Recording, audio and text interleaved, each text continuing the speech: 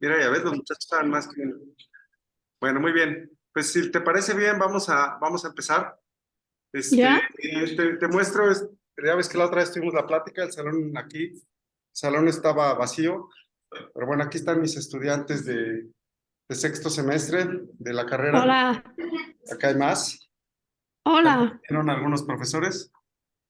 Ella la que Sí, está con el casco es profesora, los de ella son estudiantes de posgrado, algunos. perfecto. Entonces, bueno, pues mira, me voy a tomar un momento para presentarte.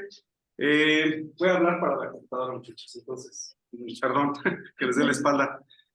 Bueno, te presento, la doctora Nara Figueroa Bossi nació en Chile, donde obtuvo su licenciatura en Ciencias en la Universidad de Chile.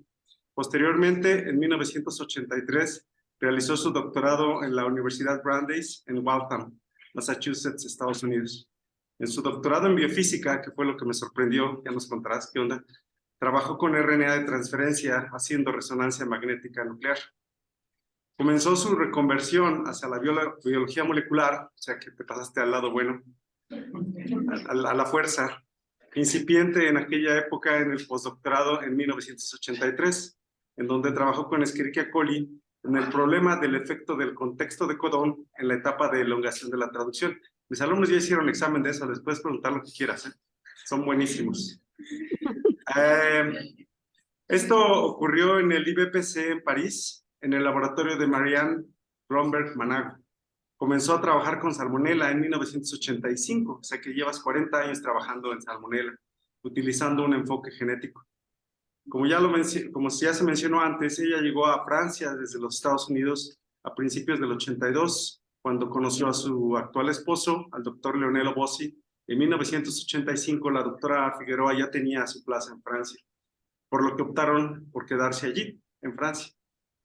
Siguen viviendo y trabajando en París, en Francia, desde 1989. Espero decir bien esto. En Gif-sur-Yvette. Tanto ella como su esposo son investigadores eméritos, por lo cual tenemos siempre un laboratorio, tienen siempre un laboratorio con una persona que les ayuda técnicamente y continúan haciendo investigación, y yo diría que de muy alta calidad.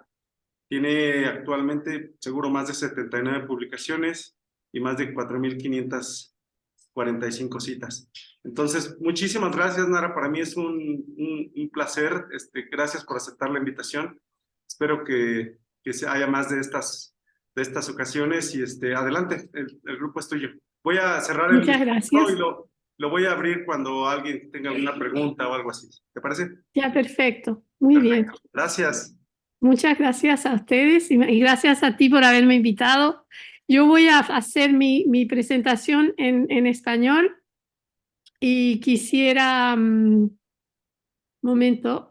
quisiera decirles que me tienen que perdonar porque yo no hablo casi nunca en español y entonces a veces tengo problemas de vocabulario. En realidad hace poco que hice esta misma presentación en el cuadro de un curso de la Universidad Andrés Bello en Santiago. Y entonces es un curso parecido a este y yo creo que ahí como que ya me puse más y lo hago una vez al año, así es que les pido disculpas de antemano. Bueno, entonces yo hoy día voy a tratar de cubrir un campo que es muy grande ahora, que es tiene hay muchos diferentes tipos de enfoque dentro de este campo para estudiar lo que son los RNAs pequeños reguladores en bacterias. Entonces, a mí me explicó el profesor aquí, Toño Ibarra, que ustedes habían hecho ya la parte de todo lo que es transcripción y traducción. En, nosotros vamos a ver eso. En las bacterias yo voy a pasar muy rápidamente sobre esos dos mecanismos que son los mecanismos de base del funcionamiento de la célula bactérica, porque en realidad yo puedo entender muy bien que cuando uno comienza a hacer este tipo de preparación, de estudios como están haciendo ustedes, puede ser un poquito haber un poquito de confusión que se genera entre la transcripción Ups. A ver, espere. No voy a tener que. y las de genes y los tiene que posicionar ya sea a nivel de la transcripción o de la traducción. Entonces vamos a comenzar con la transcripción. Entonces la transcripción, como ustedes ya lo saben, es la síntesis de el RNA a partir del DNA y eso lo hace la enzima que se llama la RNA polimerasa y que se asocia con diversos factores para formar un complejo que va a efectuar esta transcripción. Ahora, la transcripción de genes no comienza en cualquier lugar del genoma. Hay sitios específicos en los cuales la RNA polimerasa se puede unir al DNA para comenzar y esos sitios están en la parte 5', porque vamos a hablar mucho de las extremidades de los ácidos nucleicos, 5' izquierdas, 3', perdón, 5' sí, izquierda, 3' a la derecha, y entonces el promotor está, digamos, en la región 5' de los genes y es generalmente reconocido por una subunidad que no es exactamente un componente del corazón de la polimerasa, sino que es una subunidad que se llama sigma y que tiene la particularidad de no ser única, porque en realidad lo que pasa es que en las bacterias, como todas las células, quieren regular la expresión de sus genes. Entonces hay distintos factores sigma que van a reconocer promotores que están en genes que tienen funciones diversas. En general son genes los que comparten un factor sigma dado único, son genes que tienen una función particular que los une a ellos, pertenecen a una red particular. Y hay genes, bueno, los genes que nosotros llamamos housekeeping, que son los genes de todos los días que todas las bacterias tienen que sintetizar para vivir. Y para eso también hay un promotor que corresponde a una fase de crecimiento, que es la fase de crecimiento donde las bacterias se están multiplicando, ¿no? Y la curva de crecimiento es exponencial. ¿Ok? Entonces hay sigma, el factor sigma más común, que es ese de la fase exponencial, es el sigma 70. Y ese entonces reconoce una secuencia particular que está en la parte 5' de los genes y que en realidad está compuesta de dos secuencias conservadas que están separadas entre ellas por 17 nucleótidos. Nara, Y eso entonces inicia la Nara, transcripción, que es la síntesis del RNA. Nara, perdona la interrupción. ¿Me Sí. escuchas? Estás presentando algo porque solo de momento no estamos viendo tu presentación. No sé si es si así. Ah, sí, yo estoy presentando. No, no la estamos viendo. Ay, perdón. No, no te apures, no Espera, te apures. espera. Ya, me tenías que interrumpir antes. Perdona, sí. Es que lo que pasa Perdóname. es que quizás no hice de nuevo la maniobra de share screen. Esa fue la que nos faltó. Sí, una Ya. disculpa por la interrupción y bueno, está No, bien no, porque todo no. eso Pero los ahora el muchachos ya se lo problema saben es que yo y lo arman en la tengo que cabeza estar ya. en el show para. Espera un momento. Sí, no Es hay que no problema. hice el share screen. Ya. Entonces ahora lo estoy haciendo en este momento. Perdonen, ¿ah? Pero como me pasé a ti y después no lo volví a hacer. Entonces aquí vamos, perdón. Ya. Listo. Ahora sí. Listo. Sí, perfecto, ahora sí. Ya Este es si mi la primer quieres. slide, ¿eh? Por lo demás, Sí, no he cambiado de slide. Estaba solamente diciéndoles que cuando se hace esto de hablar de ácidos nucleicos, hablamos, ahora me ven o no, voy a poner mi pointer sí, está perfecto. y Ahora sí, todo bien. ya, Gracias. perdón, no era el pointer que quería, quiero el laser pointer, ese. Ya, entonces estaba diciendo que aquí tenemos 5', 3', y todo eso se habla siempre así para que ustedes se ubiquen. Y entonces estaba diciendo que la señal que las señales que permiten de iniciar la transcripción están en la extremidad 5' de genes. Y entonces estaba hablando de la RNA polimerasa, estaba refiriéndome a esta pequeña proteína que está aquí, que es la que reconoce las subunidades, las secuencias del promotor y que se llama la sigma. Y la sigma es ella no appartiene a lo que se llama el corazón de la polimerasa, es una subunidad que puede cambiar, que cambia según el tipo de genes que se están, digamos, cuando se quieren expresar genes, por ejemplo, de un estrés particular, tipo estrés de calor o estrés de lo que es la exterior de la bacteria, todo lo que la envuelve.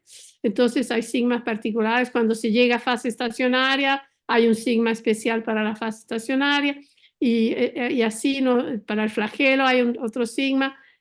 Hay bastantes factores distintos factores sigma se llaman, que van a poder ayudar a hacer una selección de los promotores que van a ser usados según la situación en la cual se encuentre la célula. Y el sigma más común es el 70, que es el que permite a las bacterias de crecer, de pasar de pocas a muchas, y es en la fase, digamos, que se llama exponencial y se ocupa de la síntesis de los genes a partir de los promotores de genes que codifican para, ¿cómo se llaman? Los housekeeping, los genes que sirven para todos los días. Esas cosas, los genes de mantención. Entonces, estaba diciendo... Probablemente se vaya deteniendo ya saben. Si no... allí. ¿Me dijiste algo? No, es que de repente se nos corta, pero tú continúa. La conexión es un poco inestable, pero vamos a continuar aquí. No te preocupes, estamos aquí. Ya, cuando se corta me dices y yo me paro. Claro. Ahora se partió de nuevo, ¿no? No, estamos bien. Ya, perfecto. Entonces, después de la iniciación, cuando ya ha ocurrido aquello, se ha abierto la doble hélice para proceder a la transcripción, entonces el factor sigma ya se va. Y entonces se entra, digamos, en una conformación de la polimerasa que va a efectuar la etapa de elongación de la transcripción. Y esa etapa va a significar que se va a sintetizar el RNA, que va a salir aquí hay un canal por donde es sintetizado y después sale. Y entonces va a llegar un momento en que va a encontrar una señal de terminación en el DNA. En realidad la señal de terminación se forma en el RNA y es el RNA que hace terminar pero está codificada en el gen. Entonces, esta es la terminación intrínseca. Después veremos más adelante que hay otro tipo de terminación de la transcripción, que es una terminación de la transcripción que no tiene una secuencia tan bien definida y que además de no tener una secuencia tan bien definida, el otro tipo de terminador es un terminador que necesita la colaboración importante de un factor de terminación. Esta terminación que está codificada, que es la terminación que se llama Rho independiente o intrínseca, no necesita factor. En cambio, hay otro tipo de terminación que necesita un factor de terminación de la transcripción que se llama el factor de terminación Rho. Y eso podemos quizás ver. Ok. Entonces aquí yo vuelvo a mi historia de factores sigma y entonces les muestro que hay sigmas que tienen distintas especificidades, o sea que los promotores de los genes que appartienen a ese grupo de genes van a tener una secuencia que va a ser reconocida por este sigma o por aquel, según el tipo de secuencia que sí.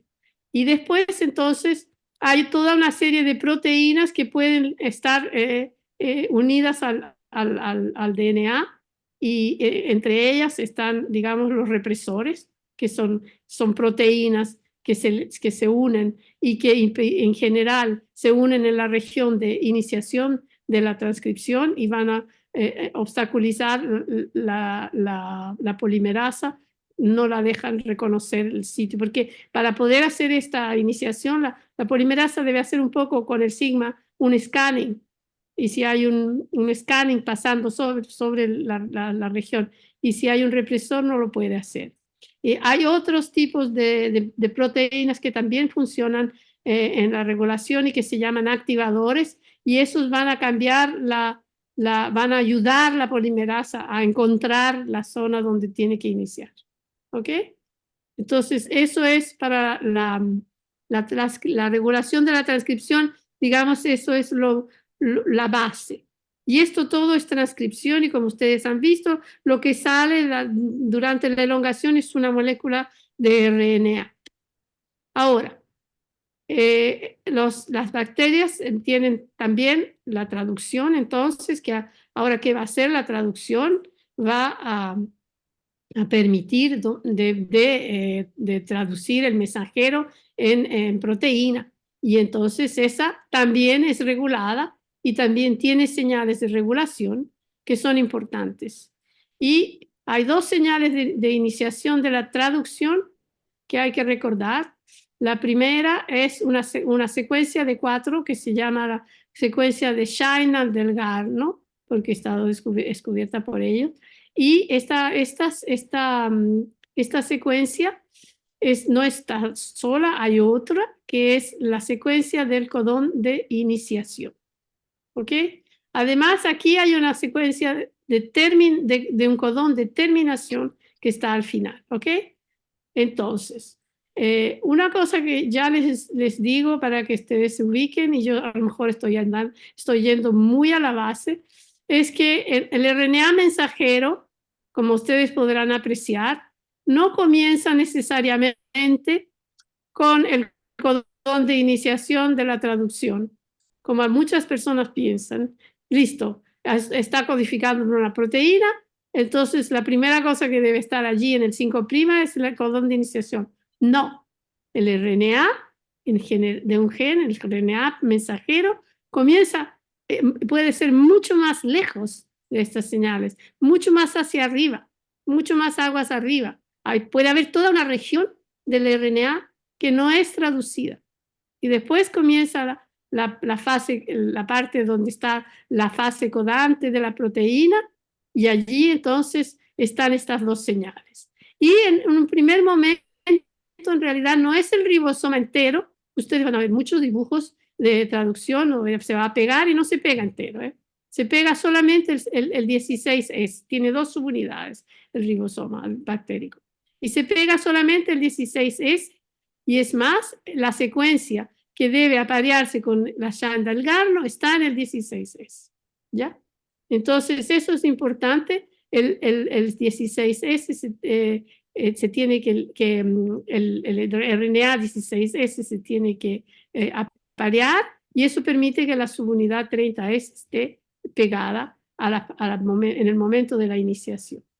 Y en el momento de la iniciación todavía no ha llegado la parte de 50S. Está solo aquella.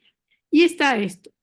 Entonces, una vez que se han reconocido estos elementos, que se ha puesto el primer tRNA aquí, que es metionina, formilmetionina, y va a comenzar la iniciación, la traducción va a comenzar, pasamos a lo que se llama la elongación de la traducción. ¿Ya? Y eso es un proceso suyo también. Es allí donde se pueden evidenciar efectos de contexto eventualmente, pero lo más importante en general se ven en la fase de terminación. Bueno, pero eso, digamos, es un detalle. Lo que hay que saber es que aquí se termina la proteína, pero no se ha terminado el RNA, porque en general hay el terminador intrínseco aquí que está después, evidentemente, del terminador. Y entonces aquí también podemos nosotros pensar, concebir que pueda haber regulación a 3 niveles, por lo menos al nivel de la iniciación, al nivel de la elongación y al nivel de la terminación. Y entonces, una cosa importante es que al menos en enterobacterias, antes se decía en todas las bacterias, ahora Bueno, esa parte se acuerdan, ¿verdad? Está muy bien todo el repaso. de la doctora. Aquí lo interesante es que ustedes, en teoría, ya todos... Ahora, como estamos desde esto, perdón, Sí, no, es que se ¿me congeló dices un algo? poco. Sí, se congeló un poco, pero estamos viendo la terminación de por factor o independiente de factor de la transcripción. Ya, bueno. Adelante, adelante. Ahora yo volví, ¿o no? Sí, ya estás bien, perfecto. Ya, perfecto. Así va a ser un poco, Entonces, perdona. ya. Entonces, lo que pasa es que en las enterobacterias, que son las que han sido las más estudiadas, porque en realidad muchas de las cosas que sabemos sobre las bacterias, nosotros decimos las bacterias, y en realidad estamos hablando de Escherichia coli y Salmonella, nosotros los que trabajamos con gram negativas, y si uno trabaja con gram positivas, por ejemplo, va a pensar en Bacillus subtilis o va a pensar en Staphylococcus, que ahora también está transformándose en uno muy estudiado. Pero son organismos modelo, son organismos, no, en realidad son células modelo, y, esas bacterias son bacterias especiales también ellas. Entonces, no hay que olvidar que es posible que en todas esas otras bacterias con nombres raros que están ahora siendo estudiadas, puede ser que estas cosas sean un poco distintas. Pero esto nos ha ayudado a entender muchas cosas. Y entonces, por omisión, yo diría, lo que estoy contándoles yo es lo que se sabe de coli y salmonella. Y en realidad puede ser que no sea cierto en otros grupos bacterianos, pero por lo menos aquí lo que pasa es que el RNA mensajero, cuando es sintetizado aquí en el canal de la polimerasa, apenas sale de ahí, viene inmediatamente cubierto de ribosomas. Entonces, hay una cosa que se llama el acoplamiento entre la transcripción y la traducción. Y esto es muy importante por el motivo muy simple que en estas bacterias, si no hay ribosomas que vienen a cubrir, a proteger este RNA, porque en realidad ellas están haciendo su trabajo, que es el de traducir, pero en el hacerlo tienen que cubrir el RNA y cuando lo cubren, eso lo protege. ¿Lo protege de quién? Lo protege de las nucleasas y lo protege también de un factor de terminación que se pasea en los parajes, que se llama Rho, y que cuando no hay ribosomas, muy fácilmente puede encontrar en la secuencia codante de la proteína que es codificada por este mensajero, un señal que le dice, esto hay que eliminarlo porque no está siendo traducido y es un problema. Entonces, Rho va a hacer lo que él hace, que es una terminación, que se llama la terminación Rho dependiente, y que es un proceso que es bastante complejo porque prima tiene que encontrar una serie de secuencias muy cortas que le indican que allí hay un sitio, se fija al sitio, al fijarse tiene que cerrarse este círculo porque es un hexámero, tiene 6 subunidades, se cierra, estaba abierto para dejar entrar el RNA, lo escanea para saber dónde están estos sitios que se llaman los sitios RUT, R-U-T, y allí se fija y cierra. Al cerrarlo, esto sí sufre un cambio que lo transforma en una helicasa ATP dependiente, perdón, que va a ir y va a alcanzar a la polimerasa, porque esto puede ocurrir bastante lejos si no están los ribosomas pegados. El sitio puede estar un poco más lejos, pero con esta función de helicasa va a llegar a la polimerasa y allí va a hacer una promoción, va a empujar a la polimerasa, va a tirar el RNA y va a destruir el complejo entre el RNA y el DNA, porque aquí adentro del canal de la polimerasa, como ustedes bien entenderán, el RNA está apareado con el DNA. Hay una región de apareamiento entre los dos. Entonces, el RO tiene que tirar eso para que se deshaga ese apareamiento y entonces termina. Y esto se llama la terminación RO dependiente. Y eso sucede durante la elongación cuando no hay ribosomas. Y en general, cuando no hay ribosomas es porque hay un problema. O no es el momento para expresar ese gen, o hay algún inhibidor que ha impedido a los ribosomas de ver las señales de iniciación de la traducción. ¿Okay? Y ese va a ser el tema que yo voy a hablar hoy día, que es cuáles son un mecanismo que impide a los ribosomas de fijarse, de pegarse a los señales de iniciación. Ya. Entonces vamos a hablar de lo que se llaman los RNAs pequeños.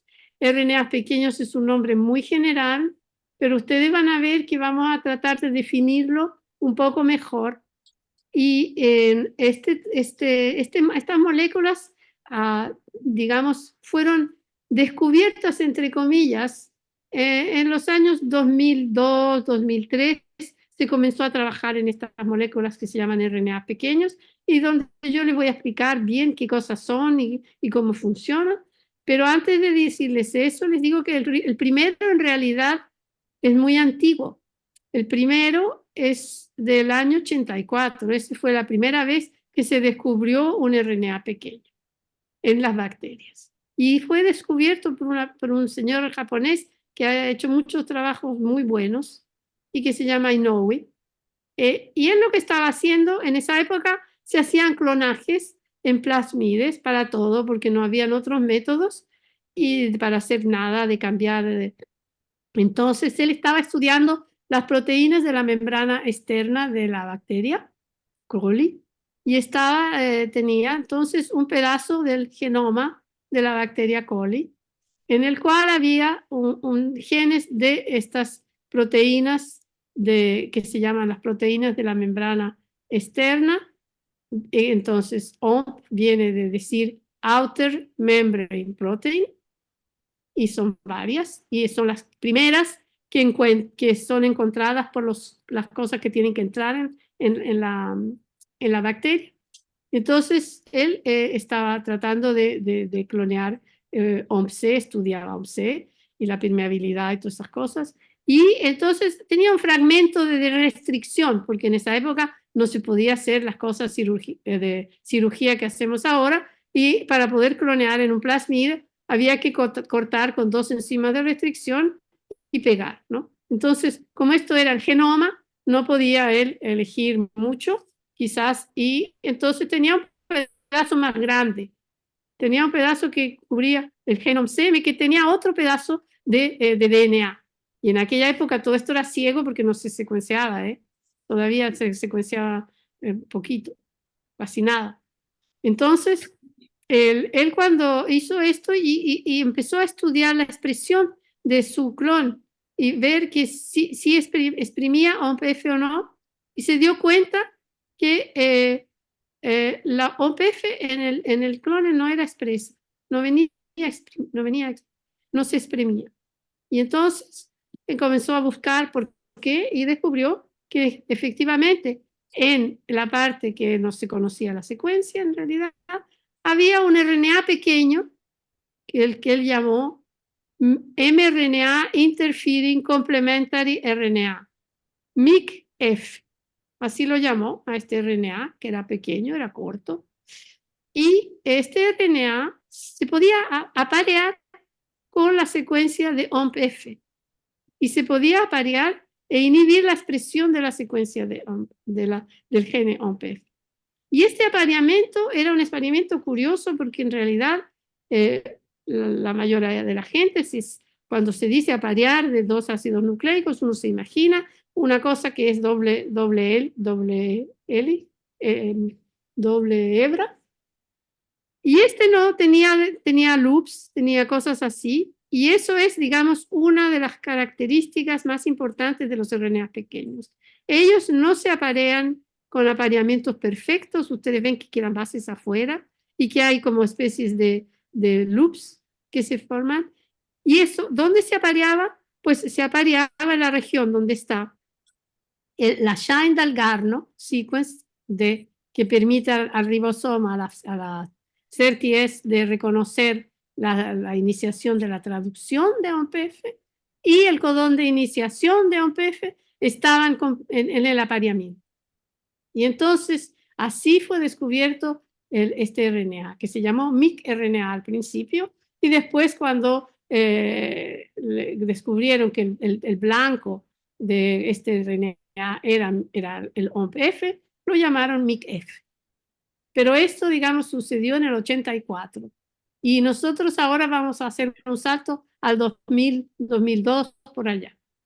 ¿Ya? Entonces, yo siempre lo cuento esta historia porque encuentro que a la gente que está que está haciendo investigación ahora, quizás a lo mejor en algunos años más no van a ser citados, porque ahora esto pasa mucho, que cosas que han sido descubiertas hace mucho tiempo y la gente no las cita, entonces después vienen aquellos que piensan que no ha sido nunca estudiado.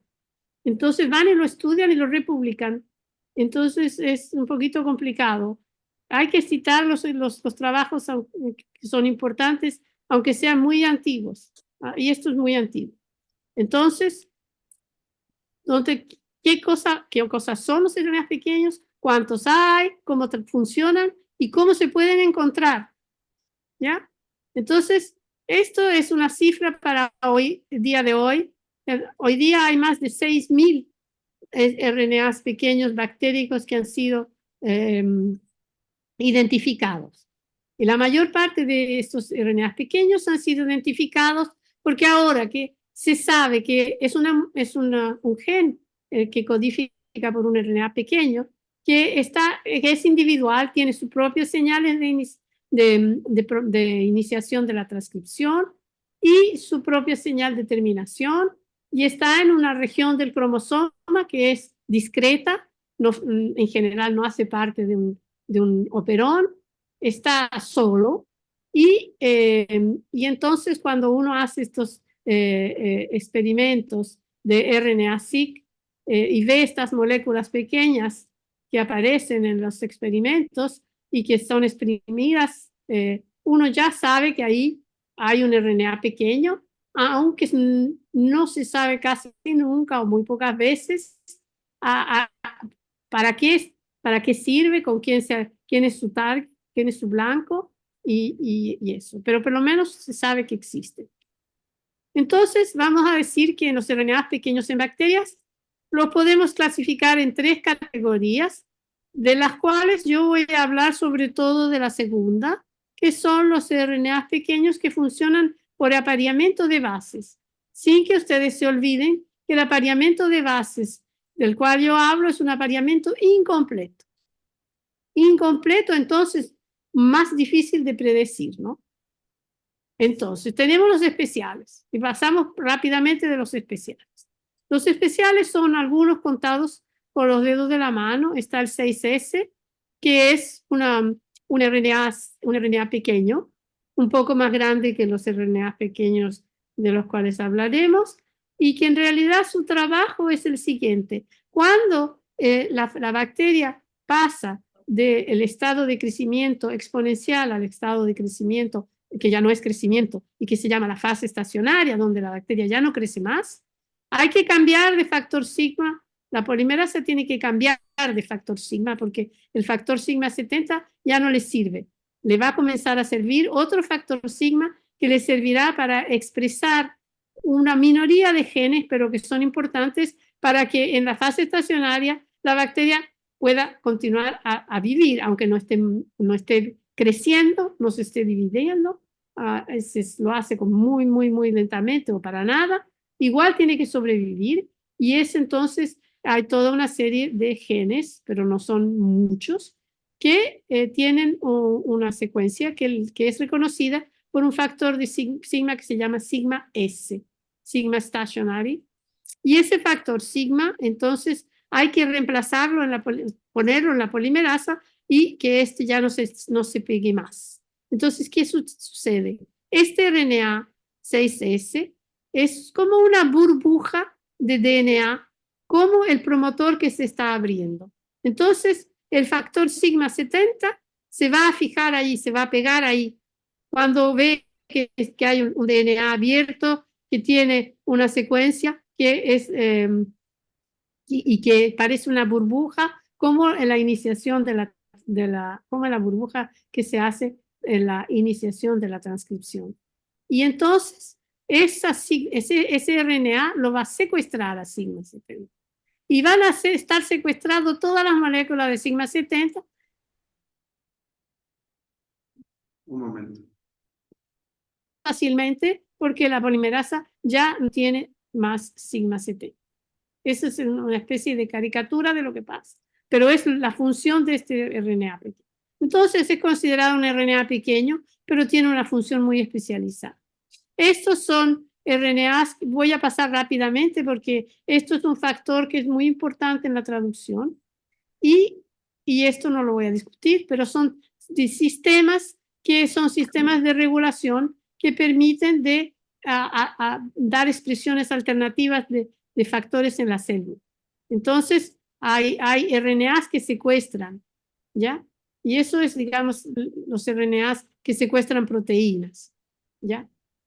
O sino que sacan RNAs pequeños de la circulación porque no tienen que ser utilizados más, ¿ya?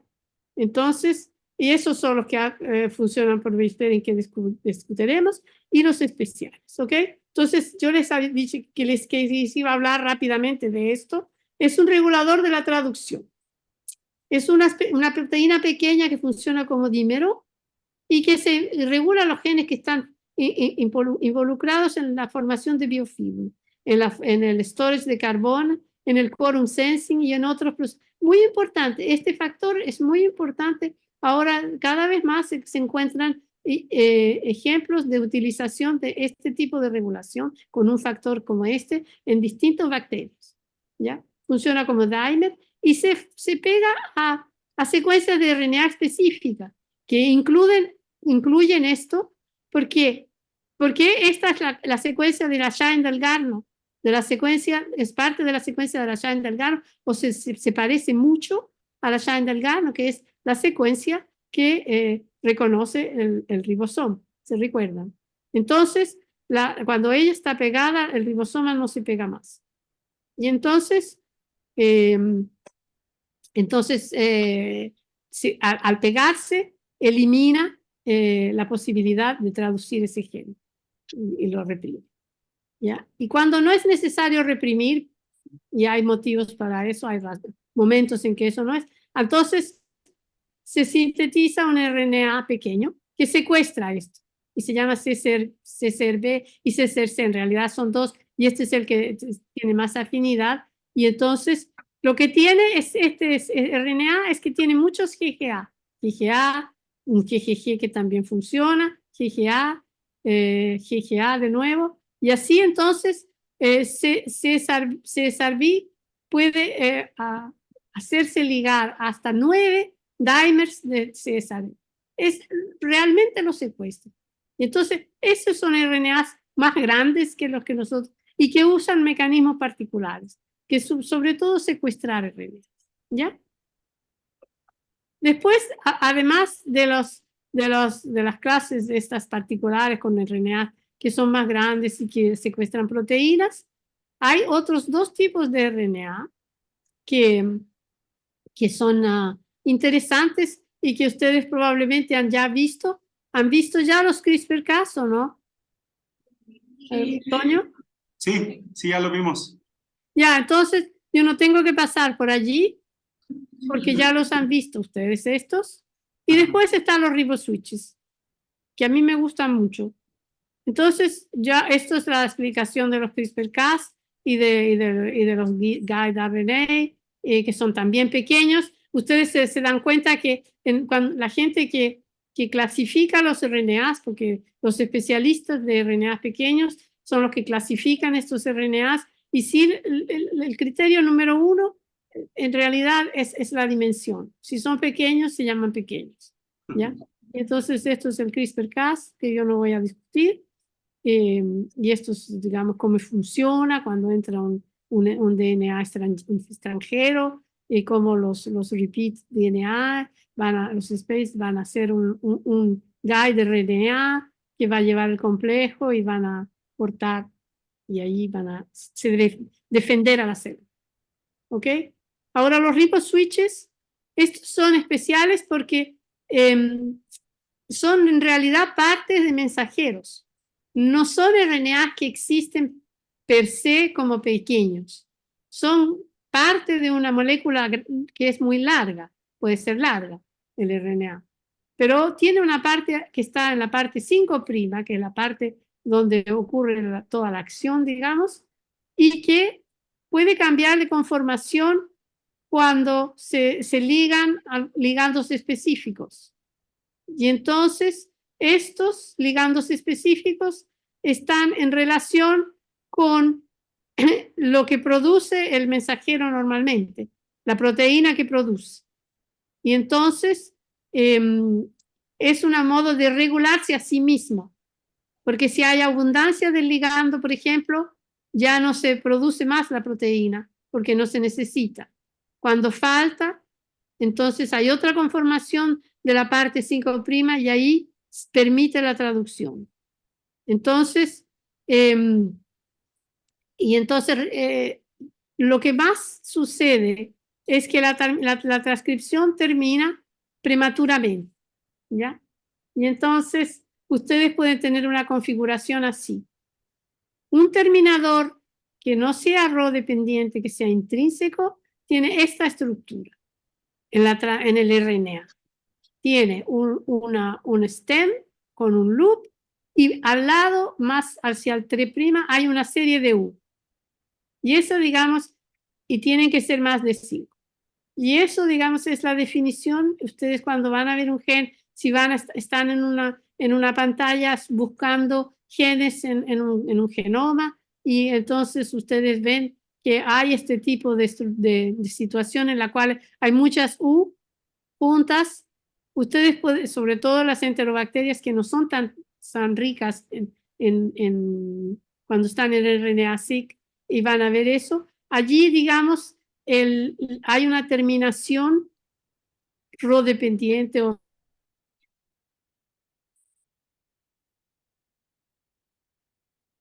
entonces, la gente en general cuando define los genes en los genomas va buscando este tipo de situaciones en las cuales hay potencial para formar un stem loop y hay una serie de U's. Y si hay eso, uno dice, bueno, hay una terminación, entonces podemos ir a buscar un promotor y así podemos encontrar un gen, ¿ya? Y entonces, en este caso, lo que pasa es que hay un ligando X que es, por ejemplo, producto o que es un metal que va a ir a decir que hay una carencia en fierro, que no hay carencia en fierro. Y ese tipo de cosas pueden hacer que se forme una estructura que lleva a la terminación prematura, ¿ya? Y entonces en esto no continuará la transcripción. Esto es transcripcional. Y ahora hay también los riboswitches en los cuales lo que funciona es la inhibición de la traducción, porque lo que pasa es que el ribosome binding site, la Shine-Dalgarno, puede o no estar secuestrada en un stem. Entonces, si es al nivel de la traducción, no hay la secuencia que debe reconocer el ribosoma, no está. Y entonces aquí es donde yo quiero pararme un poquito también para que ustedes se den cuenta que es interesante e importante cuando uno va a estudiar las regulaciones en bacterias de hacer la diferencia entre los dos tipos de regulación. Y eso yo creo que uno lo puede hacer en la medida en que uno reconoce que hay, digamos, procesos distintos y discretos, que son, aunque estén acoplados y todo lo que ustedes quieran, pero hay diseños en los cuales lo que se regula es la transcripción y otros diseños del sistema de regulación que son traducciones. ¿Ya? Y entonces, los riboswitches son RNAs pequeños que pueden controlar a los dos niveles, al nivel de transcripción y al nivel de traducción, la expresión digamos, lo que va a ser la expresión del gen. Para los RNA pequeños estamos limitados prácticamente a esto, a la traducción.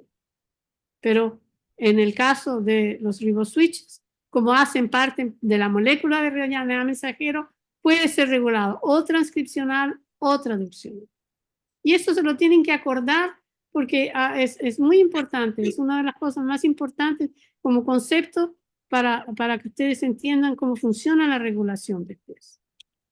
Entonces, ahora pasamos a los que nos interesan, que son los que funcionan por base pairing. Entonces, estos son transactings, que quiere decir que el gen que los codifica está en un lugar diferente del loro, de lo que son los blancos. ¿Ya? Los blancos de estos RNAs pueden estar en otro lado del cromosoma, en la posición que no tiene nada que ver con la posición del gen que codifica el RNA pequeño. Y eso entonces es importante también porque a veces puede que estén cerca, pero muchas veces están lejos. Y eso también es una dificultad adicional, porque cuando uno descubre uno, no tiene ninguna idea de lo que hace. Bueno, y la otra cosa es que es un apareamiento antisense, pero no es completo, es muy parcial. Y eso es importante también. Entonces, ahora aquí están, digamos, lo que se sabe ahora de los RNAs pequeños con todo lo que se ha estudiado. Digamos que hay los intergénicos, que son los más comunes, esos que yo les he dicho ahora, que están entre dos genes X e Y, que quizás a lo mejor ni siquiera tienen nada que ver con la función de RNA pequeño. No son los blancos ni nada, está ahí. Y tiene su promotor y su terminador.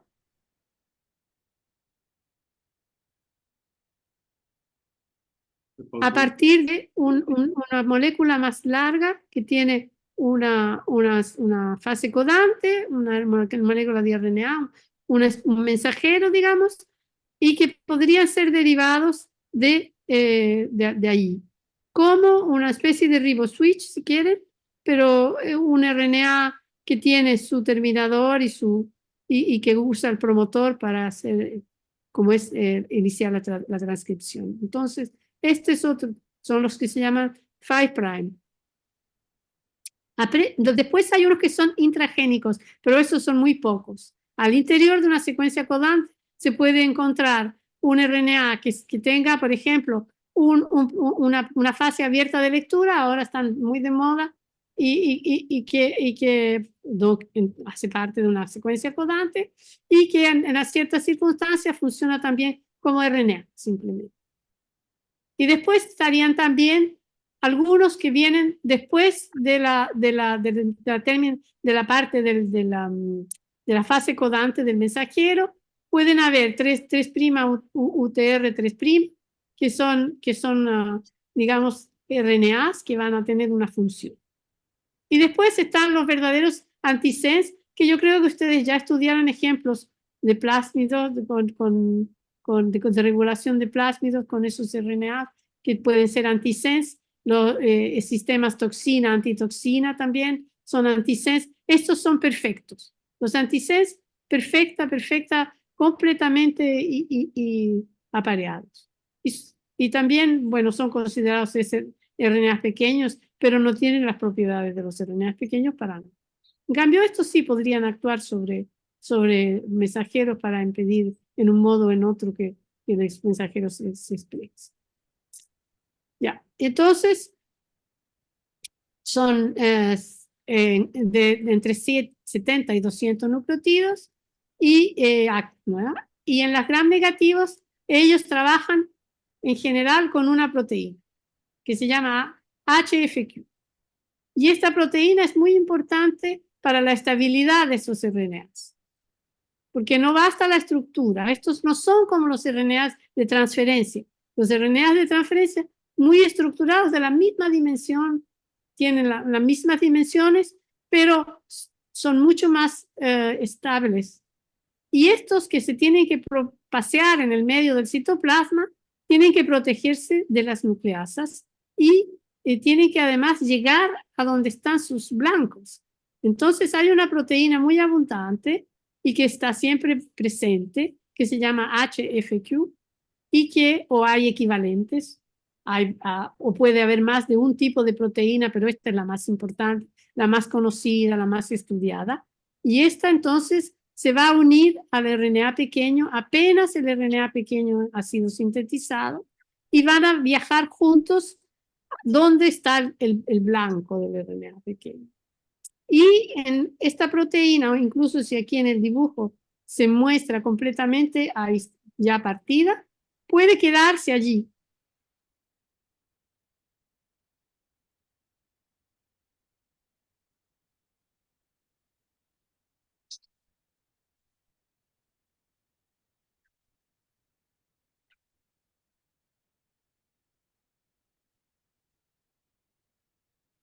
Creo que ahora sí se pausó más.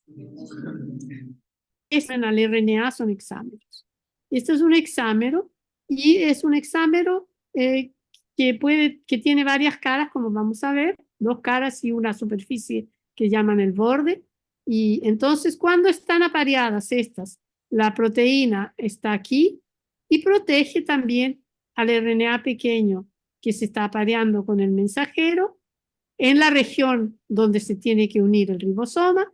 En general, lo protege de la degradación por RNA-seq. Entonces, eso aquí protege y estabiliza el momento que se necesita para inhibir la traducción. Y cuando está inhibida la traducción, más abajo, aguas abajo de esto, se va a producir el corte por la RNA-seq. Porque ahí no van a haber ribosomas y no van a haber ribosomas y la RNA-seq va a ir y va a cortar. ¿Ya? Entonces, esto es, digamos, el mecanismo de base, pero los detalles son mucho más complejos. Ok, la mayor parte entonces, por ese tipo de inhibición de la traducción que hacen, son inhibidores. Pero hay también ejemplos de RNAs pequeños que funcionan en modo de activación. Ahora, ¿cuál es el modo de activación? El modo de activación es muy simple. El más simple, digamos, es este. Y es el modo en el cual la parte 5' del gen, de que es la diana de este RNA pequeño, está folded, está plegado en una estructura que esconde las señales de iniciación de la traducción. La llave del Garno está en un apareamiento y el codón de iniciación está en un apareamiento. Y cuando el RNA pequeño llega, el hecho de que llega con SFQ y que ella forza el apareamiento con uno de los dos lados de este loop y de este stem, entonces hace que esto se rompe aquí y al romperse queda disponible para que el ribosoma pueda escanear y encontrar la llave del Garno y el AOG. Se ha formado entonces con esta parte del stem un apareamiento que permite a eso. Y esto es la regulación clásica de ARPOS, que es el mensajero que codifica, que encoda, codifica, ¿se dice? Sí, codifica. Codifica, sí. El factor sigma S, el factor sigma de la fase estacionaria. Ese factor sigma de la fase estacionaria es una de las proteínas más reguladas de la Tierra. Y entonces hay por lo menos 3 RNA pequeños que todos los 3 tienen esta función, que son distintos, ¿ah? Porque se sabe que esta es la estructura que adopta la parte 5' de este mensajero cuando no está unida con eso. ¿Ok? Hay otras también regulaciones, pero de eso no vamos a discutir porque no son regulaciones que implican RNAs pequeños. Pero esto es un trabajo muy interesante porque fueron los primeros ejemplos de activación. Y entonces ahora llegamos al modo en cual se pueden funcionar estos RNAs. Estos RNAs pueden funcionar en muchos modos diversos. Pueden inhibir la traducción, y esa es la más conocida y la más caracterizada, donde hay más ejemplos. Pueden activar, como yo les acabo de mostrar, cuando permiten a la traducción, porque destruyen la estructura en la cual estaban implicados los señales de iniciación de la traducción. Puede proteger el target, puede proteger su blanco.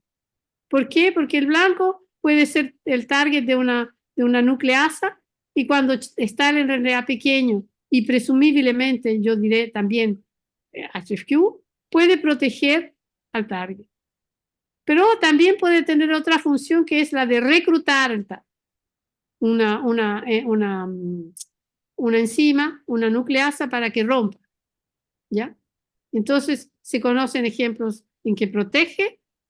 Esto solo viene de los ejemplos que se han estudiado, ejemplos de quien protege y también ejemplos de quien hace degradar su target. Y la última función, que es una función que para mí es la más interesante, es lo que se llama la función de esponja. Y eso vamos a verlo un poco en detalle más adelante, porque nosotros tuvimos suerte de participar, de descubrir eso, en realidad. Descubrir este mecanismo en bacterias. Entonces yo les voy a mostrar rápidamente cómo pasó, y eso a mí me gusta mucho, este sistema que se llama los grupos. Y lo voy a explicar en detalle. Bueno, y entonces, como les decía, está la inhibición de la transcripción, que lleva a la degradación del mensajero.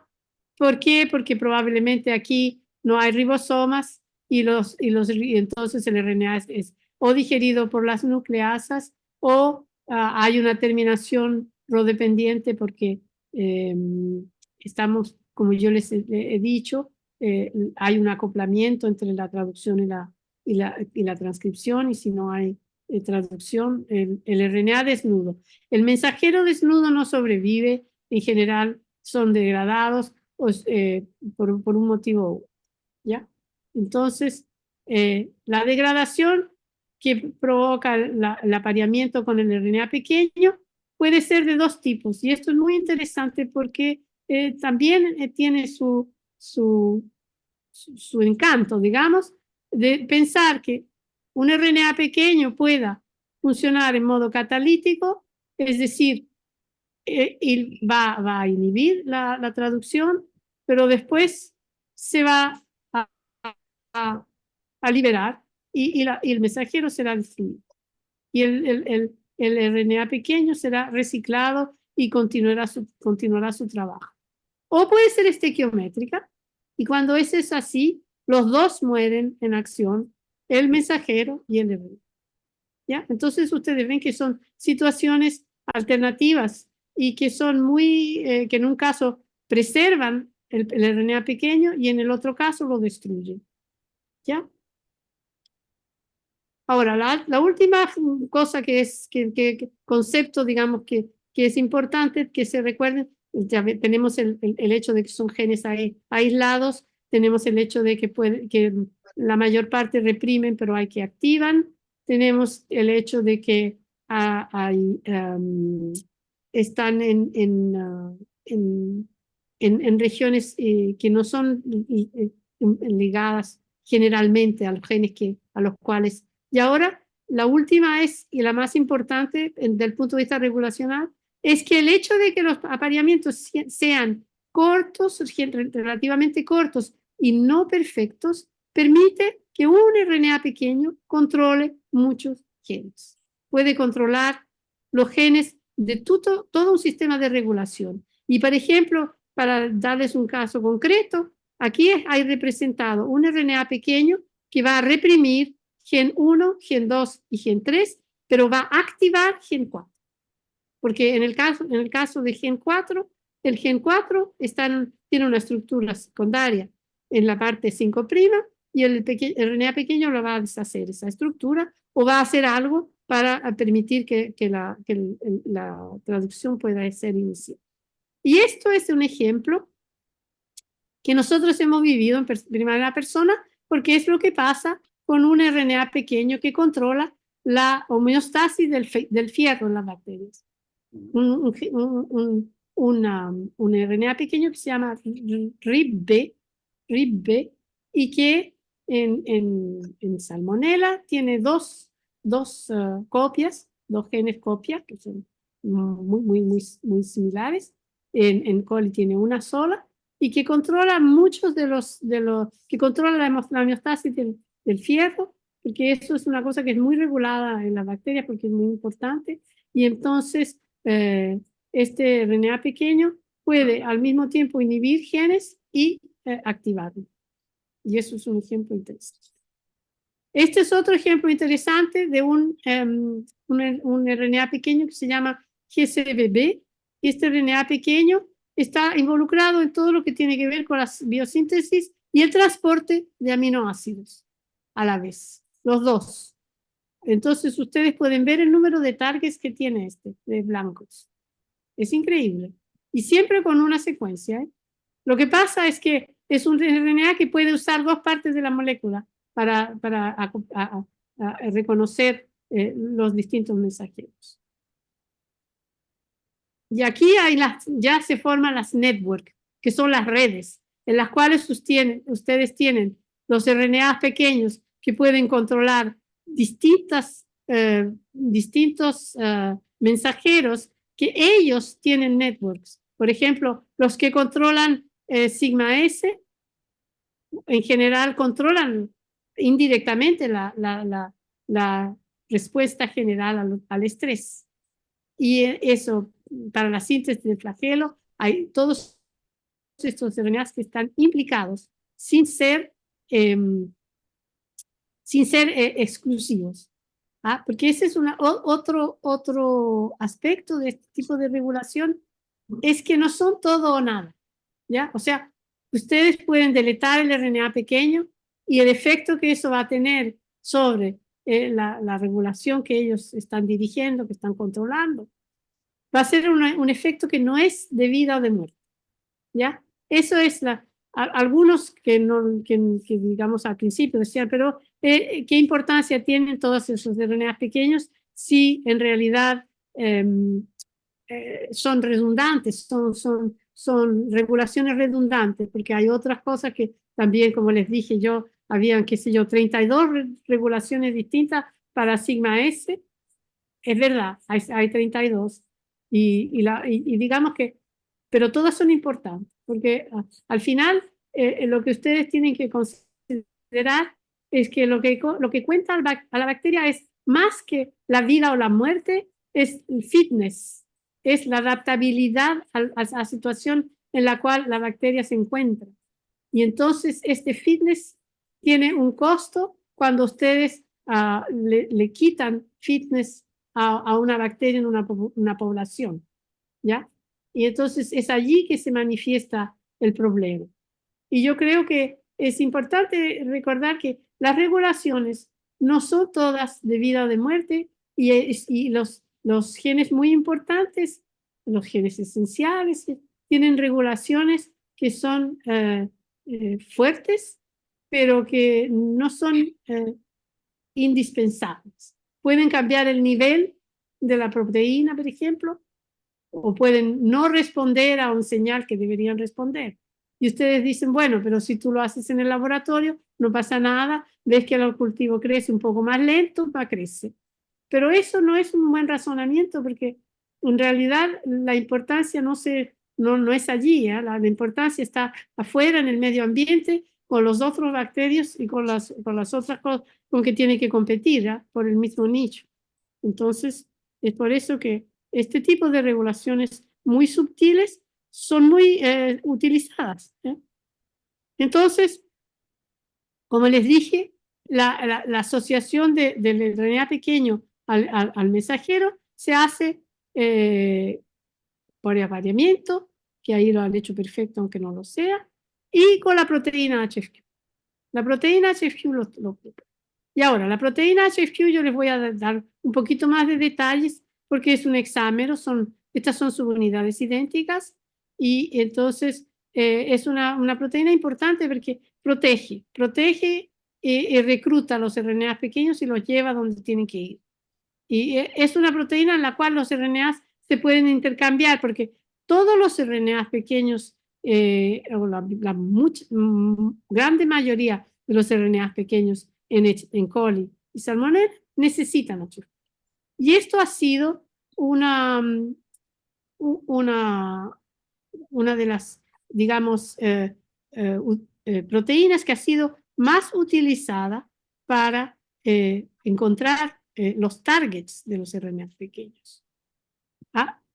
Todas las proteínas la proteína HFQ tiene dos fases principales, la fase proximal y la fase distal, y hay ciertos RNA pequeños que se pueden pegar solamente a la fase distal, otros que se pueden pegar solamente a la fase proximal, y eso depende de la secuencia.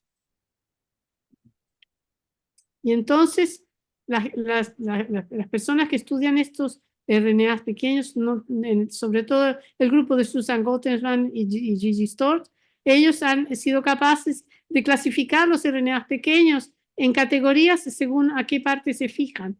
¿Por qué? Porque después se van a unir los mensajeros también a HFQ. Y entonces ahí la HFQ va a funcionar como una plataforma. Y hubo en un cierto periodo una esperanza de poder entender mejor cómo se hace el contacto entre los dos utilizando estas moléculas in vitro, por ejemplo, y estudiando los RNAs para ver cómo. Pero en realidad eso es muy. El binding, la unión de RNA a las proteínas es compleja porque no es muy secuencia dependiente. Bueno, y entonces los clases 1 regulan un cierto tipo de RNA, de mensajeros, porque tienen una cierta preferencia y entonces los mensajeros se pueden acomodar en la otra fase. Y lo mismo para los clases 2. Los clases 2 tienen otra preferencia y entonces de secuencia para unirse a HFQ, y eso permite a otro tipo de mensajero de unirse de otra parte.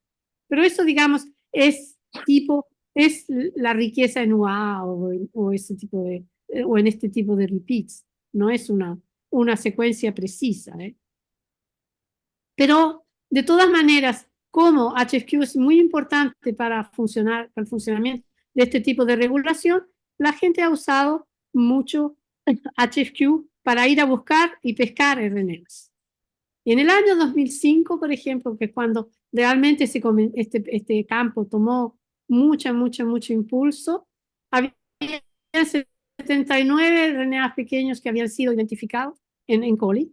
Ahora ya ustedes han visto que hay 6.000 RNAs pequeños en las bacterias en general. 79 en aquella época. Y el problema era que nadie sabía los targets. ¿Por qué no se saben los targets? Los targets no se saben por muchos motivos. Primero, por esta historia del apareamiento que no es preciso. Segundo, porque los genes están muy separados. Tercero, porque la mayor parte de los RNA pequeños no están siempre siendo expresados. Se expresan solo cuando tienen que funcionar. Entonces, ¿cómo vamos a hacer una búsqueda de algo que no está siendo expresado? ¿Cómo vamos a conocer cuáles son las condiciones en las cuales eso se expresa? Esas son las dificultades que uno encuentra estudiando estas cosas. Entonces, nosotros y otros dijimos, ¿cómo podemos hacer para encontrar los blancos?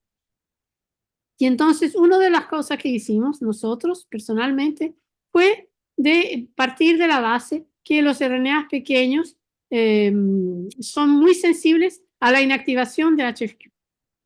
Cuando se inactiva HFQ, entonces los RNAs pequeños no tienen la protección de la proteína que se va a unir a ellos y son degradados. Entonces nosotros pensamos, bueno, los genes que ellos controlan, que son los genes que los RNAs pequeños van a ir con HFQ a inhibir, porque en esa época estábamos descubriendo solo la mayor parte de los RNAs pequeños inhibían.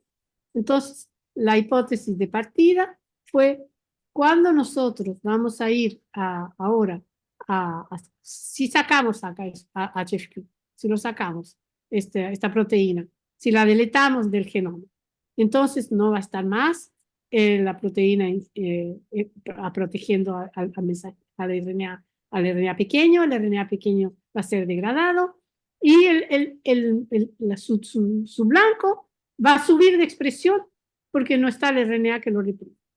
Esa era una cosa muy simple como pensamiento, pero eran más o menos las cosas que podíamos pensar de hacer en aquellos años, ¿no?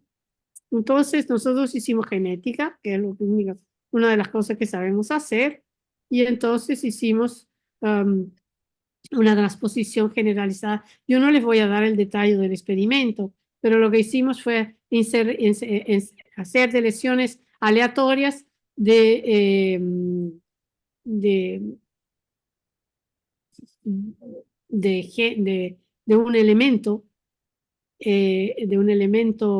que se llama MAT, que ahora son transposones, hay transposones mucho más sofisticados. En aquella época estos eran transposones derivados del fago mu.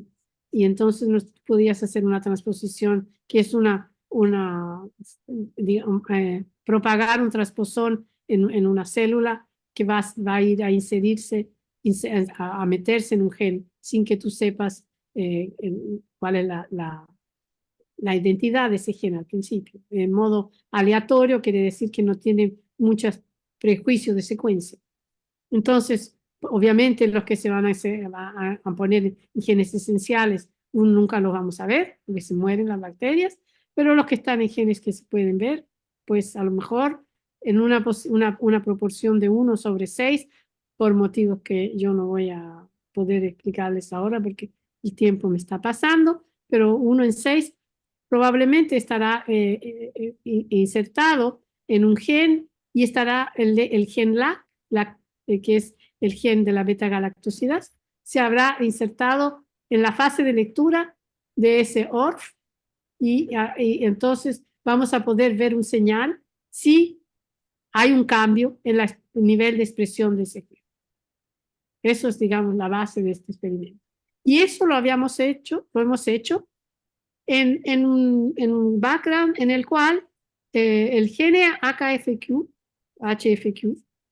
podía ser inducido, la expresión podía ser inducida agregando la arabinosa. Lo habíamos deletado y teníamos un gen ahí que estaba controlado por un promotor que se puede inducir poniendo un poco de arabinosa en el medio. Y eso, digamos, es la base del screen, porque lo que nos permite de hacer eso es de comparar los genes que tienen esa fusión al lactosio aleatoria en presencia y en absencia de arabinosa, es decir, en presencia o en absencia de HFQ.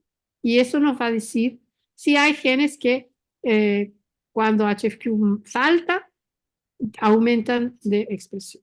Y eso lo hicimos y obtuvimos una serie de genes que eran candidatos y todos estos genes que ustedes ven aquí tienen un nivel de expresión más alto cuando están en un mutante HFQ, que quiere decir que son posibles candidatos a ser reprimidos por los RNAs pequeños, porque los RNAs pequeños, y entonces estos efectivamente, nosotros y otros han estudiado todos estos genes y son reprimidos algunos, no tanto, y hay un motivo, pero digamos, y aquí están estos, y ahora yo, si fuera un curso y estuviera haciendo un examen, yo preguntaría, ¿ustedes qué piensan que son estos?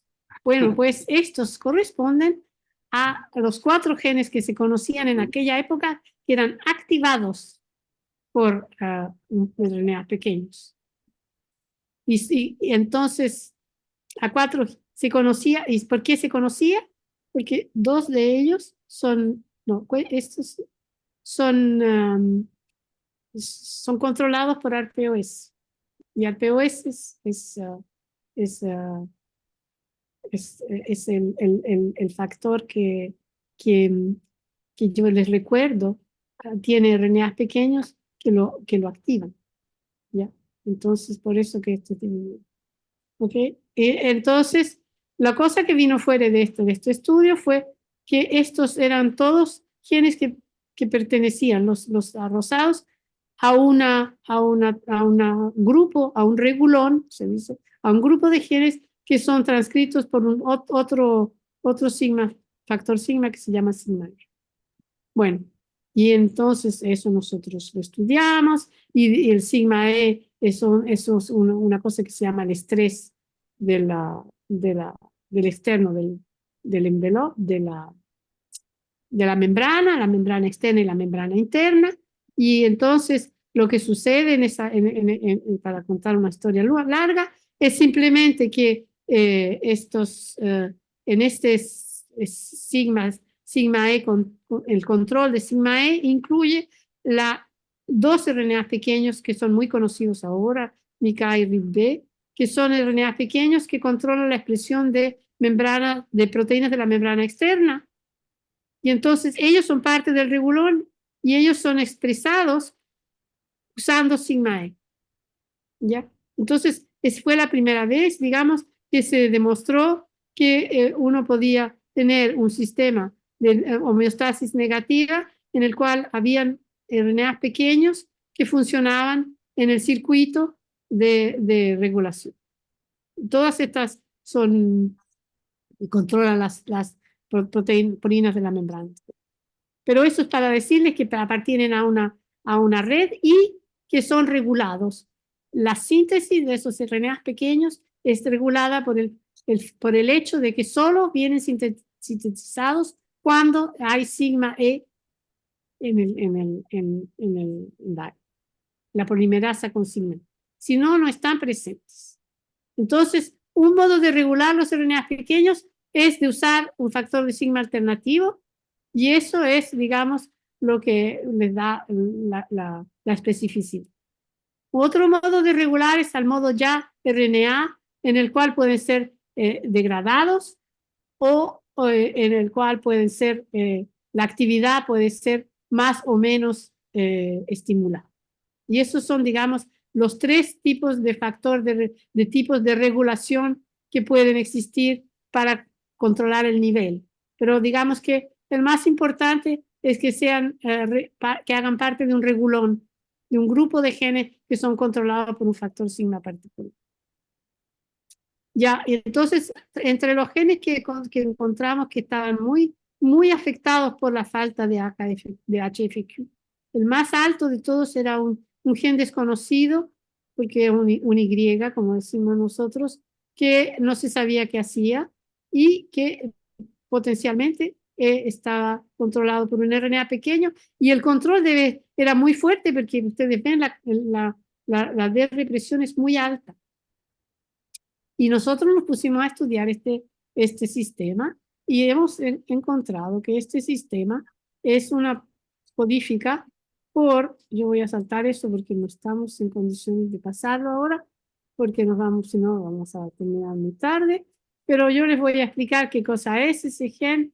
Ese gen y yo lo explico también porque este gen y este RNA pequeño ahora se han transformado en un paradigma de RNA pequeño y de sustrato, ¿no? Entonces, y muchas cosas se han estudiado después con esto, ¿ya? Entonces, este gen que era llamado es una quitoporina. ¿Qué quiere decir eso? Una quitoporina es una proteína de la membrana externa. Esta, QP, sería una proteína de la membrana externa que permite el ingreso de productos de la ruptura química de la quitina. La quitina, como ustedes probablemente lo saben, es la constituyente más importante de la caparazón de muchos artrópodos y quizás son polímeros hiper abundantes en el medio exterior, donde Salmonella, porque nosotros esto lo hicimos en Salmonella, se encuentra y entonces necesita hacer entrar los productos de ruptura de la quitina. Curiosamente, y esto es solo una curiosidad, Salmonella no codifica ninguna quitinasa, pero en el medio ambiente donde vive Salmonella con las otras bacterias, aprovecha del hecho que otras bacterias sí que sí producen la quitinasa, que es lo que rompe la quitina en pedazos más pequeños. Eso es un largo polímero de N-acetilglucosamina. En realidad, este es el polímero que contiene nitrógeno, que es el más abundante del planeta. Entonces, es una fuente de carbono muy importante para muchas bacterias y todo tipo de pequeños animales y eso.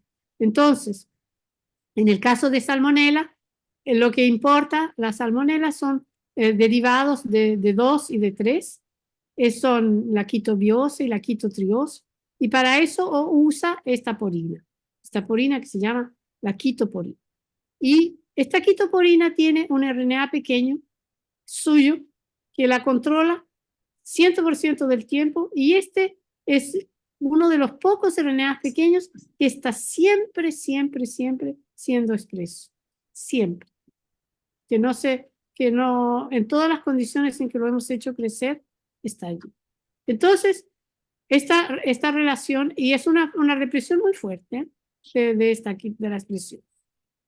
Ya. Entonces, el problema muy simple es que esta quitoporina, cuando estos sustratos aparecen en el medio ambiente, tiene que activarse para poderlos hacer entrar. Entonces, la pregunta que nosotros nos hicimos fue muy simple.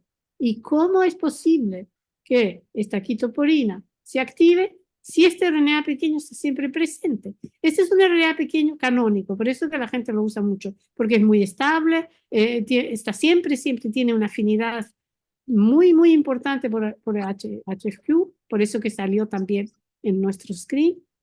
Y entonces nosotros nos preguntamos cómo hace para levantar la represión. Y para que ustedes no se aburran porque es muy larga la historia, yo les voy a dar el resumen, el final de lo que pasa. La quitoporina se activa, eso lo demostramos, se activa cuando ponemos afuera nosotros, las crecemos la bacteria, un quitobiose o quitotriose. Lo cual quiere decir que en algún modo la represión del RNA pequeño ha sido sacada. Este es un caso prácticamente un caso de sí o no, ¿no? Es el único caso que se conoce, por eso también que ha sido adoptado como modelo, porque no es sutil para nada, es muy fuerte la represión. Entonces, uno pone la quitobiosio allí, y entonces esta proteína, QIP, el sustrato de este pequeño RNA, el target, tiene que hacer entrar estos allí. Entonces los hace entrar, asumamos que se reprimió, los hace entrar, y después estos son, como se dice en el jargón, se encargan un sistema de transporte de tipo ABC, se encarga de hacerlos entrar y de hacer la degradación. Y el sistema está codificado en un operón, Es un operón que tiene un regulador y tiene los genes que componen la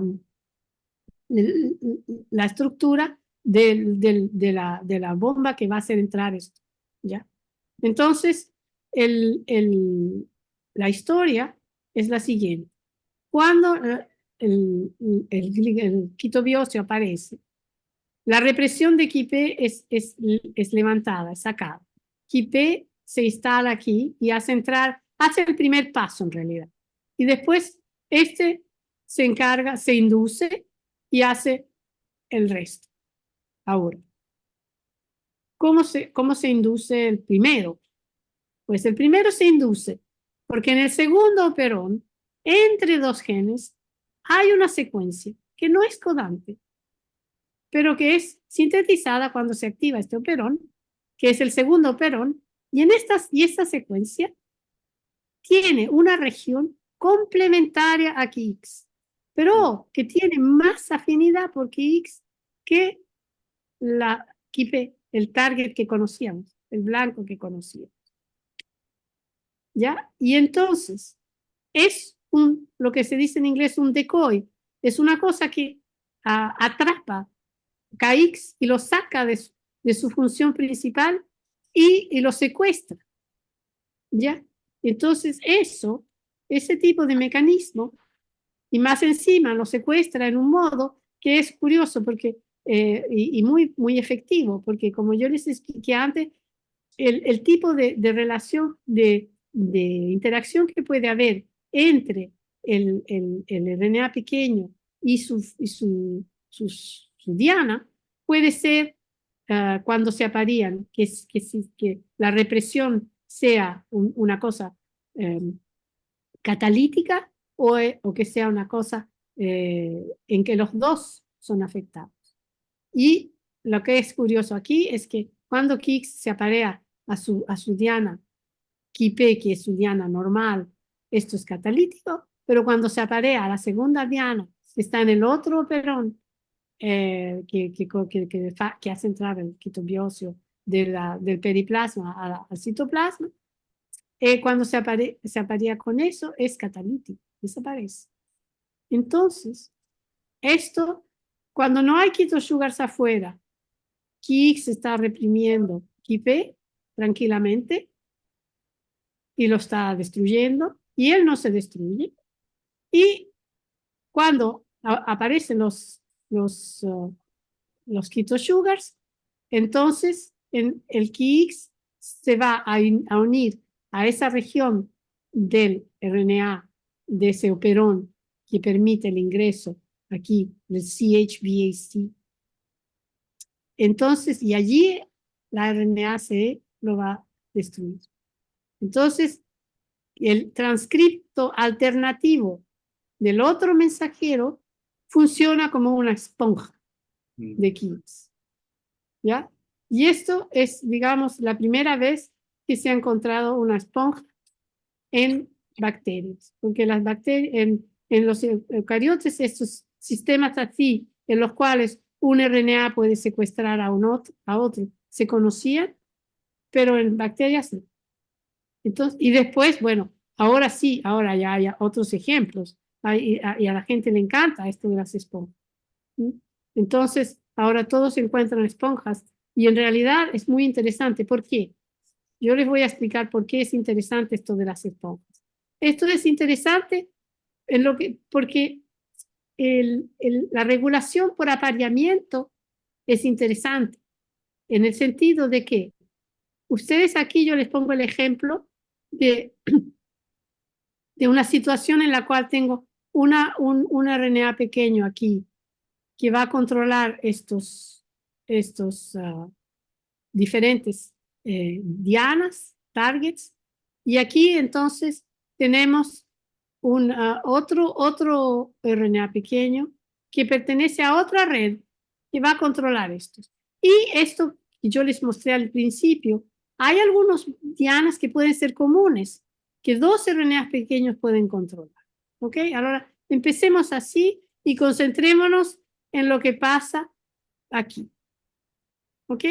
Imaginémonos que aquí hay uno que es particular, una diana que es un poco particular, ¿ya? Y entonces nosotros lo que vamos a hacer es que vamos a aumentar la expresión de esta diana por un motivo que tiene que ver con su fisiología, probablemente otro regulador, por ejemplo, o un activador de la transcripción, algo que hace aumentar este nivel, y él se va a transformar en una esponja.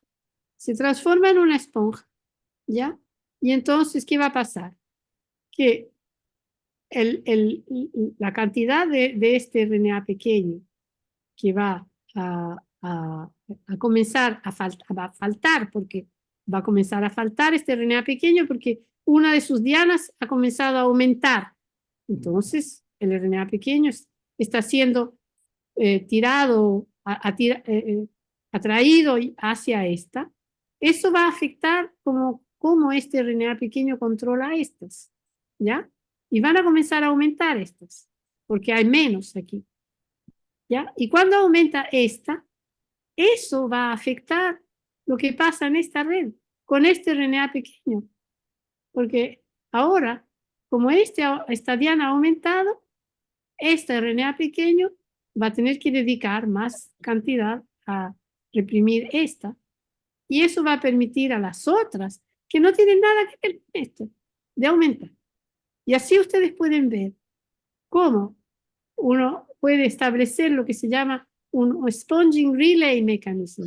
Puedes saber un pasaje, un paso, puedes pasar de una red a otra sin necesidad de que los protagonistas principales, que son los RNA pequeños, cambien o hagan algo. Simplemente la concentración cambia. ¿Y cambia por qué?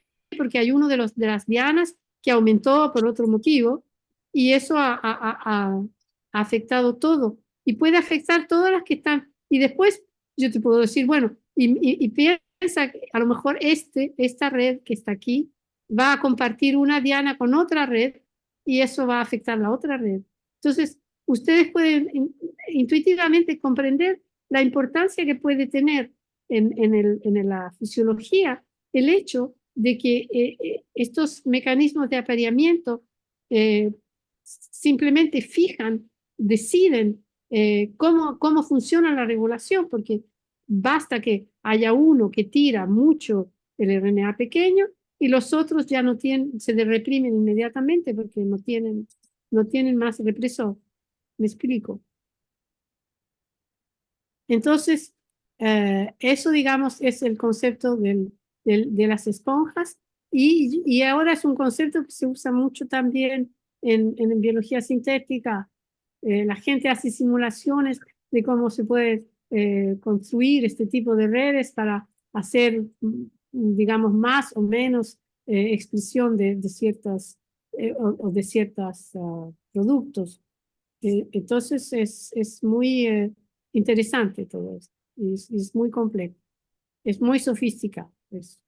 Entonces es interesante entender y imaginar cómo puede funcionar. Entonces ahora yo les voy a dar una pequeña, tengo tiempo, sí, tengo todavía un poquito. Quería pasar a una última parte porque en las otras lecciones que he dado, algunas personas me han preguntado cómo se puede usar, cómo se pueden ir a identificar este tipo de RNAs pequeños. Porque lo que pasa es que nosotros hemos estudiado Salmonella, Coli, Subtilis, Staphylococcus, ahora también Pseudomonas y Mycobacterium, pero digamos que quedan muchísimas bacterias donde la gente está estudiando este tipo de regulaciones, y la gente quiere poco tener una idea más clara de los tipos de métodos que se pueden usar ahora, que son más modernos que los que nosotros usábamos en aquella época. Entonces, estos son los métodos que pueden ser usados para identificar y caracterizar estos RNAs pequeños. Entonces,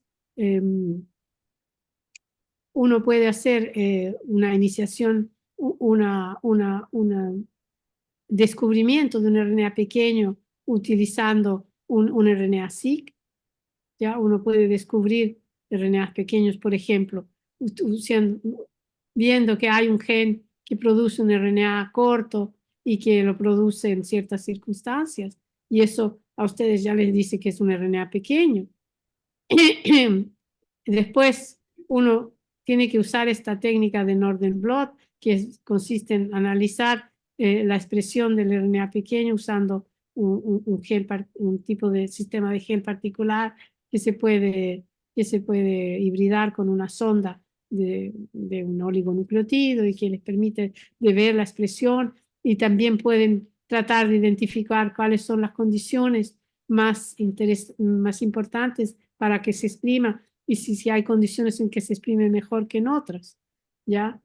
Y si uno puede también hacer screening para tratar de ver si hay factores sigma que controlan la expresión de ese RNA pequeño. Después, determinar las propiedades. Uno puede ir a hacer estudios con el RNA pequeño y comparar la secuencia y ver si hay una conservación en los distintos bacterias.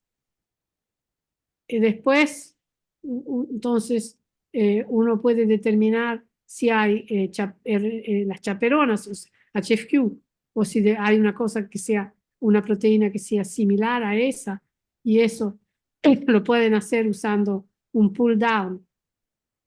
Ahora, los pull down que son los más, un pull down sabe decir tirar, ¿no? Ustedes lo que tienen que hacer es poner en la proteína un epitope, un epitope que pueda ser tirado con un anticuerpo. En general, la gente usa, por ejemplo, FLAG, o simplemente uno hace anticuerpos contra una proteína conocida. Y entonces después uno lo que puede hacer es hacer ClipSec, que es simplemente una técnica que permite de usar, pongamos el caso más simple, HFQ. Ustedes le ponen una flag, un epitope flag, lo pegan, lo va a tener 6 veces porque la proteína hace hexámero, y después ustedes lo que van a hacer es que van a usar un tipo de fijación que va a hacer un crosslink, va a unir en modo permanente el RNA que está unido a HFQ con HFQ, y eso en toda la célula. Basta poner en un cultivo de la formaldehída y ustedes van a tener ese tipo de crosslink. Y después entonces van a purificar eso tirando el epitope que han usado en la proteína, y después van a eliminar la proteína, y después van a mandar a secuenciar todos los RNAs, que van a ser un RNA-seq de todo el genoma, de todos los RNA que estaban pegados a la proteína. Y ahora hay la gente ha desarrollado además el tipo de programas que hay que usar después para evitar ciertas cosas que son menos probables que sean verdaderas interacciones. Y entonces eso, digamos, es una técnica que se puede usar con prácticamente todas los bacterias si ustedes conocen una chaperona de RNA pequeño. ¿Ya? Eso es una cosa. Después, aquí hay otros tipos de estudios que se pueden hacer, rewiring, usando este concepto de SPON, lo que yo les he descrito ahora, para aumentar la concentración de ciertos targets en la célula, y entonces identificar esos targets. ¿Ya? Porque si ustedes hacen crecer la concentración porque con un RNA pequeño conocido ustedes van a ir a van a usar una esponja para capturarlo, ustedes van a poder así identificar nuevos targets. Eso sirve si meten un target del RNA nuevo que han descubierto, ustedes pueden identificar cuál es el RNA nuevo que descubrieron. ¿Ya? Entonces, ese tipo de diseño experimental permite de ir descubriendo nuevas interacciones entre nuevos RNA mensajeros y nuevos RNA pequeños. Y esto es, digamos, estas son las target interactions de coli. Ustedes pueden ver que hemos avanzado mucho de los 20 targets que habían en coli en el 2005 hasta ahora. Para decirles que este es un campo que sigue creciendo muchísimo y que seguirá creciendo, yo creo porque ahora con los approaches más genómicos hay, digamos, mucho más posibilidades. Se encuentran ahora todo un grupo de RNA pequeños que tienen que ver con la virulencia de la bacteria. Se encuentran además RNA pequeños que hay en fagos en bacteriófagos que pueden lisogenizar las bacterias, que pueden entrar en las bacterias. Es toda una nueva área que se ha abierto y estas regulaciones para mí siguen siendo, digamos, muy interesantes porque nuevos mecanismos pueden salir. Vienen ahora RNAs pequeños que están, yo les ya dije, muy a la moda, que son los que tienen una pequeña fase codante, que produce un peptido. Entonces hay gente, yo en nuestro laboratorio que estudia y el peptido, cómo funciona, y el RNA pequeño, y eso en bacterias que son menos estudiados, más bacterios patogénicos y que son importantes para la patogenicidad de eso. Bueno, yo creo que yo me voy a quedar aquí porque esto, digamos, es un capítulo de un libro que yo siempre digo a mis estudiantes de leer, porque lo que hacen ellos es que lo van poniendo al día según el tiempo. Ahora esta es la versión que yo uso para hacer este curso, que me sirve bastante, no es la única, pero me sirve. Es creo del 2020 o del 2021 y debe salir una nueva y se está renovando siempre. Así es que pueden mirar allí y la mayor parte de las cosas que yo les he dicho las van a encontrar si están interesados. Y bueno, yo agradezco a Nelo Bossi, con el cual yo trabajo, porque muchas de las cosas que yo les he presentado hoy son cosas que hicimos juntos y además él me ayuda porque compartimos un banco de diapositivas que tenemos y que los dos usamos. Y, y muchas gracias a ustedes por haberme escuchado. Muchas gracias, Nara. Ya.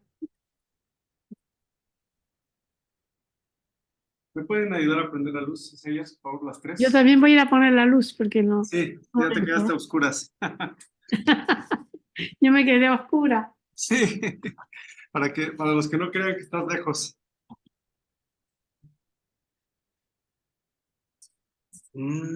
¿Preguntas? ¿Cómo que no?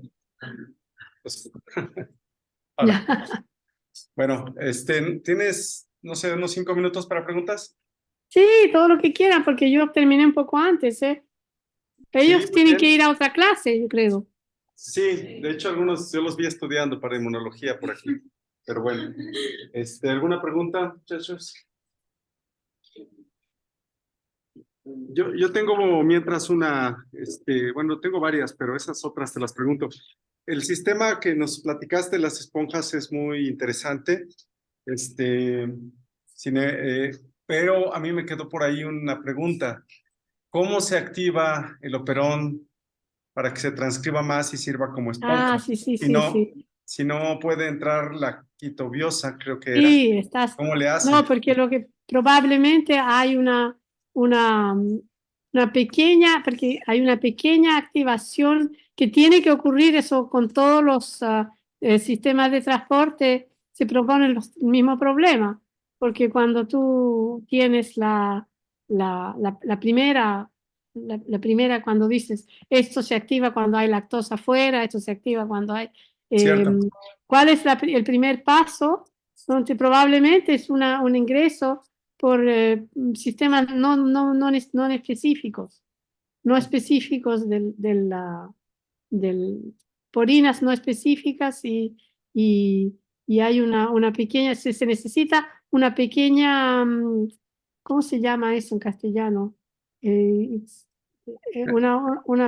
digamos, que no es específica la entrada, las primeras moléculas, y que es suficiente para levantar la represión de los sistemas del segundo sistema, que es un sistema controlado por una proteína.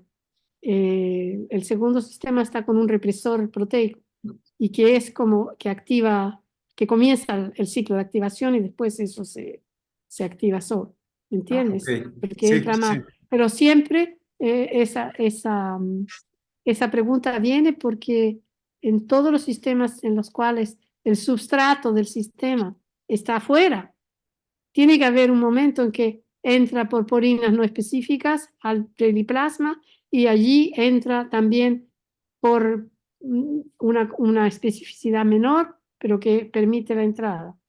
Es el único modo para explicarlo. sí, sí, sí. Esto está muy interesante. ¿Alguna pregunta, muchachos? También tenemos gente conectada de Cuernavaca. Veo a Carmen, a Natalia, que creo que están en Estados Unidos. No sé si anda aquí de visita. Pero bueno, sí tienen Natalia, ¿eh? Dije. Pero bueno, ya se desaparecieron algunos. Jóvenes, ¿alguna pregunta?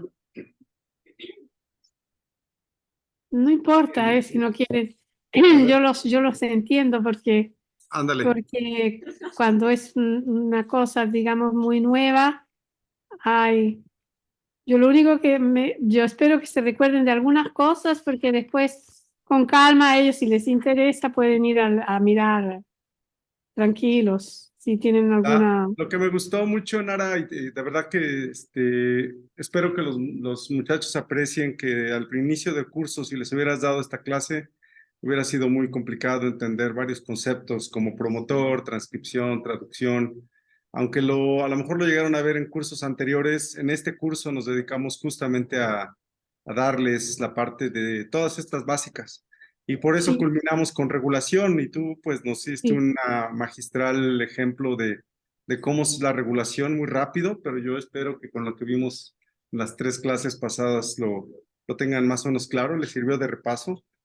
Yo sí. espero que no se les olvide en las vacaciones, porque el examen es regresando de vacaciones, pero la verdad es que bueno, y nos han adentrado en un mundo que es lo que ojalá los muchachos también vean, que es lo más novedoso y todas las tecnologías nuevas están entrando nos están ayudando a entender todavía más. Hay una pregunta aquí que dice, ¿los espacios o estructura del microRNA o RNA pequeño le confieren más estabilidad que el RNA? A ver si lo leí Los bien, pero espacios, ¿los espacios o estructura del RNA pequeño le confieren más estabilidad que, digamos, si no las tuviera? Yo es lo que quiero entender. No sé si lo digo bien, Natalia. pequeño es más Eh, estables que el mensajero. Mensajeros menos estables que los RNA pequeños. Digamos que yo digo que el RNA pequeño tiene una cierta estructura y como tiene además una chaperona, pero digamos, si los ponemos en solución a los dos, un mensajero y un RNA pequeño, el mensajero es menos, sí, es menos estable. Muy El bien. mensaje, sobre todo en bacterias, ¿ah? Las bacterias, los RNA pequeños pueden, digamos, tienen una cierta estructura, o sea, hay apareamientos y tienen las regiones que van a interactuar con la diana, las secuencias son cortas, entonces el resto tiene la libertad de tomar, por ejemplo, stem loop o cosas así. Hay una graduación de RNAs que quedan en solución incluso cuando ya no está HFQ. Hay KX es uno de los más estables y hay otros que necesitan mucho más HFQ porque desaparecen cuando no está HFQ. Pero los mensajeros desaparecen seguro cuando no, cuando están sin ribosoma. Muy bien. No se Eh, quedan. los nombres me gustaron porque en español es chip y el otro es chicks, entonces para mí me gustaron en Y español. En chicks, inglés es Sky, pero sí, KX, KP, no, como que no. En español suenan bonitos, chicks y y chip. chicks, Sí. chicks. Pues, ¿alguna pregunta, muchachos? También yo sé que se van a clase, pero bueno, la clase la tengo grabada y la pienso subir, si me autorizas, Nara, Sí, sí. subirla. Y muchísimas gracias, de verdad. Mira, ya te escaneé un reconocimiento, yo sé que no es mucho, pero bueno, No, pero estás muchas gracias muy. por la clase y espero poderte ver pronto en persona yo sé que estamos muy lejos, pero bueno, algún día que Sí, anden de bueno, pero a lo vuelta mejor tú vas a venir un día a Europa, quizá, sí, cómo quizá. no, y lo Al intentaremos. cu- Pero Sí, sí, bueno, sí. nos Bueno, despedimos, te y agradecemos mucho. ya, perfecto. Oye, me gustó hacer la clase, pero qué pena que se tengan que ir al curso ahora, se tienen que Sí, parar e irse, porque ya están a 5 minutos del próximo. sí, sí, y creo que tienen que ir hasta el otro lado de la escuela. Ojalá Bueno, algún día puedas venir aquí, te enseñaremos la me escuela, encantaría, sí, yo nunca he pero sí, estado en ojalá, México, haremos nunca. lo posible. Gracias, Chao, feliz chao, Navidad, chao. saludos a Leo. Ya, Adiós, gracias, chao. adiós. Gracias, Nara. De nada, chao.